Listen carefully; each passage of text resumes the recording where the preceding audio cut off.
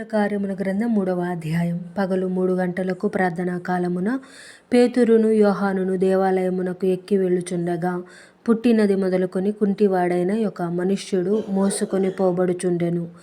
వాడు దేవాలయములోనికి వెళ్ళు వారిని భిక్షమడుగుటకు కొందరు ప్రతిదినము వారిని శృంగారమను దేవాలయపు ద్వారమునొద్ద ఉంచుచూ వచ్చిరి. పేతురును యోహానును దేవాలయములో ప్రవేశింపబోవునప్పుడు వాడు చూచి భిక్షమడగగా పేతురును యోహానును వారిని తేరి చూచి మా తట్టు చూడుమనిరి. వాడు వారి యొద్ద ఏమైనా దొరుకునని కనిపెట్టుచు వారి యందు లక్ష్యముంచెను.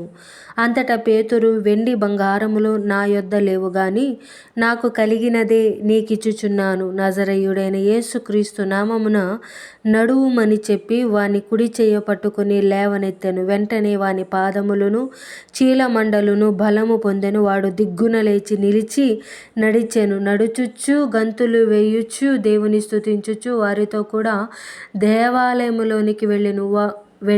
వాడు నడుచుచు దేవుని స్తుతించుట ప్రజలందరూ చూచి శృంగారమను దేవాలయపు ద్వారమునొద్ద భిక్షము కొరకు కూర్చుండిన వాడు వీడే అని గుర్తెరిగి వానికి జరిగిన దానిని చూచి విస్మయముతో నిండి పరవశులైరి. వాడు పేతురును యోహానును పట్టుకుని ఉండగా ప్రజలందరూ విస్మయమొంది సొలొమోనుదను మంటపములో ఉన్న వారి యొద్దకు గుంపుగా పరిగెత్తి వచ్చిరి. పేతురు దీనిని చూచి ప్రజలతో ఇట్లనెను, ఇశ్రాయేలీయులారా, మీరు వీని విషయమై ఎందుకు ఆశ్చర్యపడుచున్నారు? మా సొంత శక్తి చేతనైనను భక్తి చేతనైనను నడువను వీనికి బలమిచ్చినట్లుగా మీరెందుకు మా తట్టు తేరిచూచుచున్నారు? అబ్రహాము, ఇస్సాకు, యాకోబు అనువారి దేవుడు అనగా మన పితరుల దేవుడు తన సేవకుడైన యేసును మహిమపరచి ఉన్నాడు.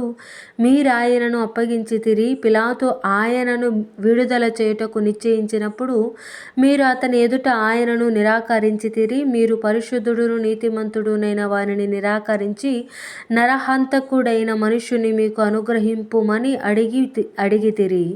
మీరు జీవాధిపతిని చంపితిరి గాని దేవుడు ఆయనను మృతులలో నుండి లేపెను. అందుకు మేము సాక్షులము. ఆయన నామమందలి విశ్వాస మూలముగా ఆయన నామమే మీరు చూచి ఎరిగి ఉన్న వీనిని బలపరచెను. ఆయన వలన కలిగిన విశ్వాసమే మీ అందరి ఎదుట వీనికి ఈ పూర్ణ స్వస్థత కలగజేసెను. సహోదరులారా, మీరును మీ అధికారులను తెలియక చేసితిరని నాకు తెలియను. అయితే దేవుడు తన క్రీస్తు శ్రమపడునని సమస్త ప్రవక్తల నోట ముందుగా ప్రచురపరచిన విషయములను ఇలాగు నెరవేర్చెను. ప్రభువు సముఖము నుండి విశ్రాంతి కాలములు వచ్చునట్లును మీ కొరకు నియమించిన క్రీస్తు యేసును ఆయన పంపునట్లును మీ పాపములు తుడిచివేయబడు నిమిత్తమును మారు మనసు నొంది తిరుగుడి. అన్నిటికీ కుదురుబాటు కాలములు వచ్చునని దేవుడు ఆది నుండి తన పరిశుద్ధ ప్రవక్తల నోట పలికించెను. అంతవరకు యేసు పరలోక నివాసి అయి ఉండుట ఆవశ్యకము.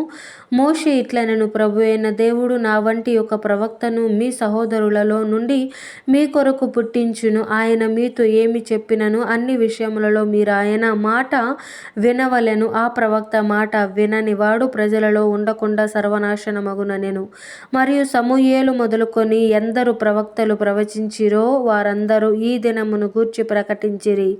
ఆ ప్రవక్తలకును దేవుడు అబ్రహాముతో నీ సంతానమందు భూలోక వంశములన్నీయు ఆశీర్వదింపబడునని చెప్పి మీ పితరులతో చేసిన నిబంధనకును మీరు వారసులయ్యున్నారు. దేవుడు తన సేవకుని పుట్టించి మీలో ప్రతి వానిని వాని దుష్టత్వము నుండి మళ్లించుట వలన మిమ్మును ఆశీర్వదించుటకు ఆయనను మొదట మీ యొద్దకు పంపెనని చెప్పెను.